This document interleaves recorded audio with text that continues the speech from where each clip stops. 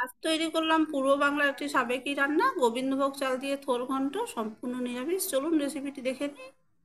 নমস্কার দর্শক বন্ধুরা, আজকে রান্না করছি থোর ঘন্ট। আর দেখুন, সরষার তেলে নুন আর হলুদ একটু আগেই মিশিয়ে দিয়েছি। ফোড়নে দিয়েছি জিরা, তেজপাতা, শুকনো লঙ্কা।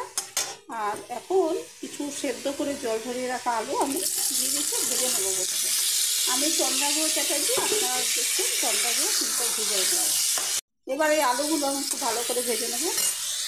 বন্ধুরা, একটু ছোট করে ভিডিও করছি, এই জন্য একটু কিছু স্কিপ হয়ে গেল দেখানো। দেখুন, আলুটা আমি ভেজে নেওয়ার পর এখানে জল ঝরানো গোবিন্দভোগ চাল রেখেছি। এখানে ঘি দিয়েছি, দেখতেই পাচ্ছেন ভাসছে অনেকটা ঘি। আর কেন দিয়েছি, একেবারে আমি গোবিন্দভোগ চালটা ভালো করে ভেজে নেব। এখানে আছে আদা, জিরা, দারচিনি। দারচিনি বেশি পরিমাণে, আর আদা একদম কম। আছে হিং, আর শুকনো লঙ্কার গুঁড়ো, হলুদ গুঁড়ো দেখতে পাচ্ছেন। ঘিয়ের সঙ্গে গোবিন্দভোগ চালটা খুব ভালো করে আমি ভেজে নেব।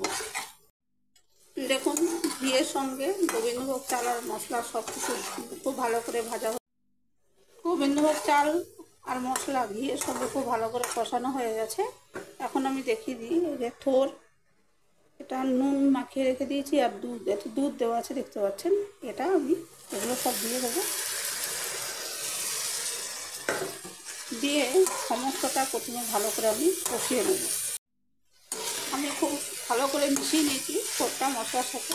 এখন আমি ঢাকা দিয়ে একটু ভেজে নেব। দেখুন, আমি থোরটা যে কষাচ্ছিলাম, দুধ মাখিয়ে রাখা থোরটা, সেটা খুব সুন্দর করে কষানো হয়ে গেছে। আর গোবিন্দভোগ চাল দেওয়ার দরুন আর ঘিয়ের দরুন ভীষণ সুন্দর একটা গন্ধ আসছে। এখন আমি একটু জল আমি দেওয়ার জন্য দিয়ে দেবো। সেদ্ধ তো সব হয়েই গেছে, আর একটু দিয়ে দেবো।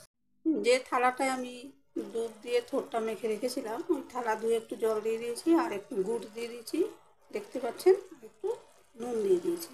আমি চিনি দিই না, চিনির পরিবর্তে একটু গুড় দিই। নিরামিষ রান্নায় স্বাদের ব্যালেন্স না হলে ভালো লাগে না, নুন মিষ্টির ব্যালেন্সটা ভালো হওয়া দরকার।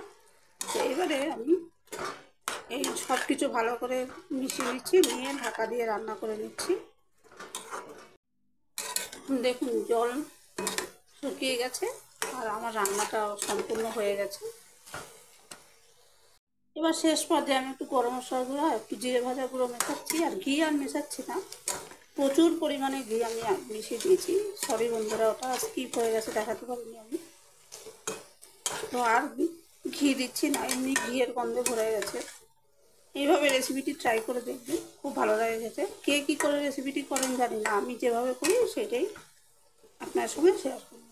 গোবিন্দভোগ চাল দিয়ে থোর ঘন্টটা হয়ে গেছে আমার। এবার আমি এতে কিছু ভাজা চীনাবাদাম উপর থেকে ছড়িয়ে দেবো। বন্ধুরা, যারা ভিডিওটি দেখেছেন তাদের ধন্যবাদ জানাই অসংখ্য।